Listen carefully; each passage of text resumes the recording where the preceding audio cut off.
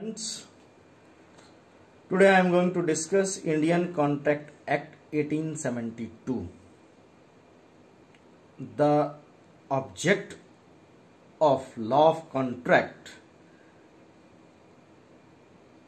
is the defined branch of law that determines the circumstances in which the party promises made to the other party where that should be, you can say, legal binding on them, and its rules defines the remedies that are available in court of law against a person who fails to perform his contract and the condition under which the remedies are available. So friends, this law of contract is a set of rules where certain obligations, certain responsibilities of the parties, of the persons are there, which they have to discharge to the other party where they have made promises on certain things. The Indian Contract Act basically deals with the general principles of law. From section 1 to 75 have covered these general principles, and special contracts are also there, where section 124 to 238 sections are there to cover these special contracts. The act is not exhaustive. It not covers each and every aspects of law, like civil law, criminal law. There are certain laws like land law, property act is there.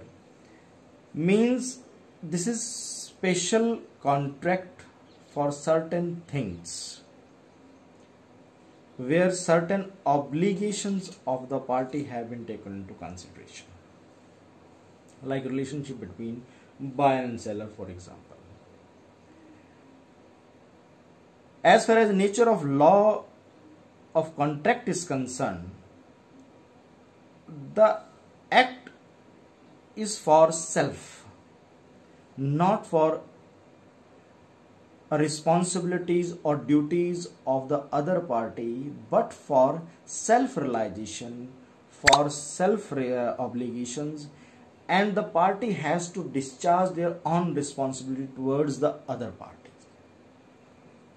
Law of contract is not the whole law of agreement, nor the whole law of obligation. No doubt, there are several agreements which do not give rise to legal obligations. They are therefore not contract. Similarly, there are certain obligations which do not necessarily spring from an agreement, like torts, civil wrongs, or you can say quasi-contract as an example. Then is law of contract create jus in personam, or maybe called jus in persona,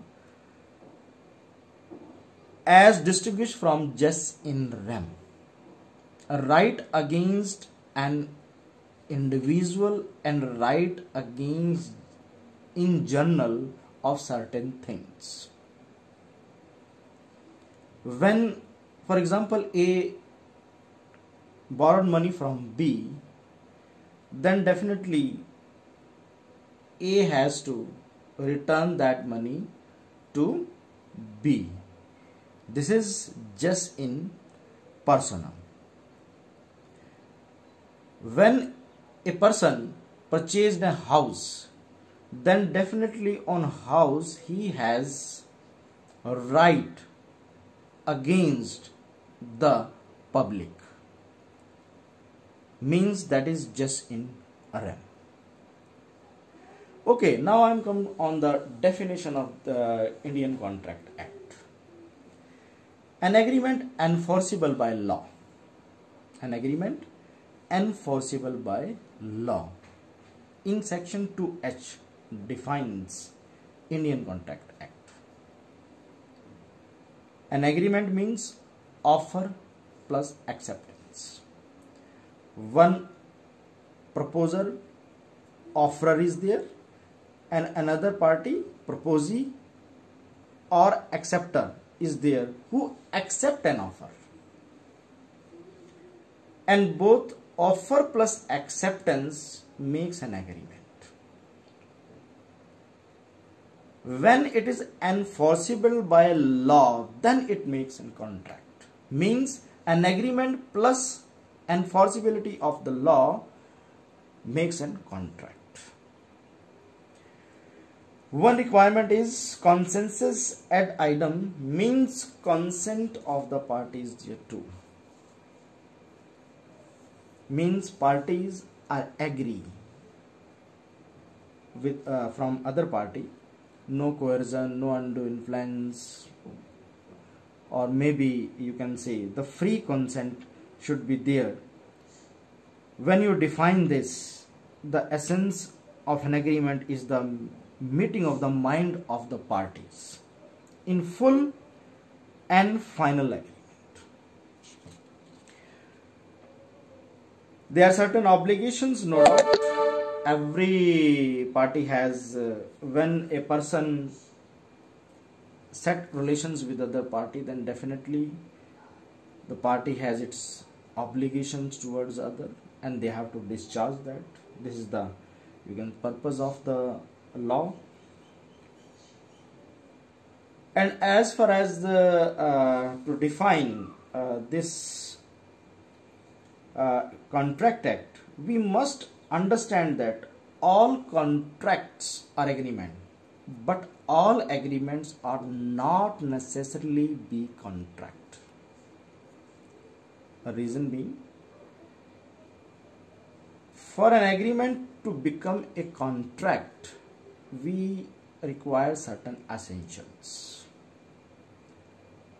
and that are commonly called as essentials of a valid contract. The very first is offer and acceptance, where one offerer is there and another acceptor is there who accept the offer without any condition, without any undue influence, without any coercion.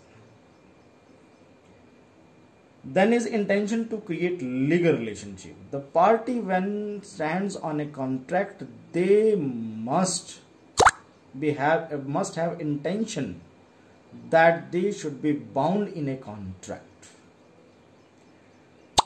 Then is lawful consideration. Consideration means